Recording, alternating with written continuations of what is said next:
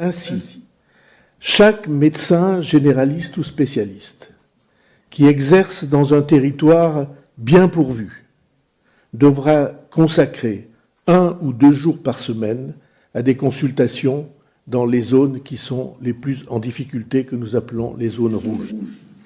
Je vois pas mal de questions dans le chat, notamment sur un certain monsieur Ben Soussan. On reviendra sur cette question un peu plus tard. Donc gardez votre question de côté, on la posera. Karim, quand vous entendez François Bayrou, ces déclarations-là, qu'est-ce que vous en pensez? Qu'est-ce que ça vous inspire? Est-ce que c'est une bonne solution? Donc je le rappelle, les zones rouges dont il parle, c'est donc les déserts médicaux. C'est la carte. C'est cette carte, ouais. C'est pas moi qui l'ai faite. Hein. Oui. C'est vraiment désolant pour nous parce qu'il a la carte Joker et il pourra juste appuyer sur un bouton et il aura plein de médecins à sa disposition. En fait, les médecins qui les obligent à faire 2 jours par semaine, ça ne va jamais marcher parce que les médecins, regardez ce qui s'est passé hier pour les internes qui déjà refusent la loi Garot.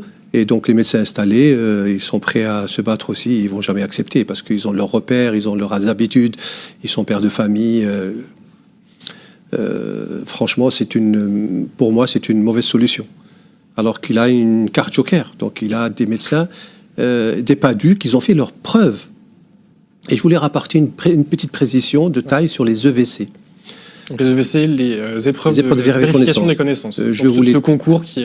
Ce concours qui valide. Donc, je voulais d'abord féliciter tous mes confrères et consoeurs qui ont travaillé pendant leur exercice et ils ont révisé et ils ont eu leur examen. C'est un parcours du combattant. Ils ont réussi.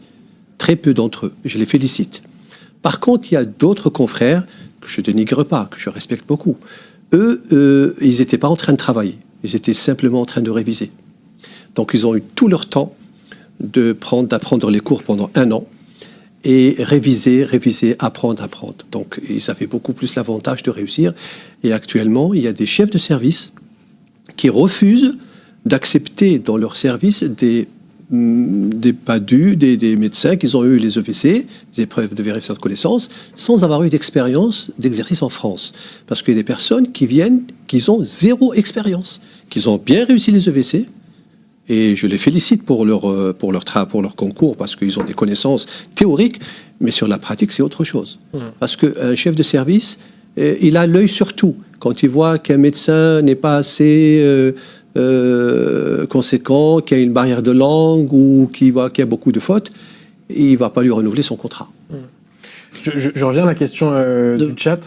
Oui, je voulais juste rebondir sur la proposition de François Bayrou. Moi, je trouve que c'est une proposition qui est complètement déconnectée de la réalité. C'est une solution tampon qui ça se voit que alors, ça a été parachuté.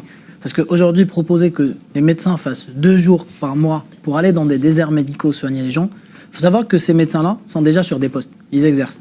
Ça veut dire qu'ils doivent trouver des remplaçants pour pouvoir aller dans un désert médical. Ils soignent des patients qui ont des pathologies chroniques. C'est-à-dire qu'il faut qu'ils déprogramment certains patients pour aller soigner d'autres patients.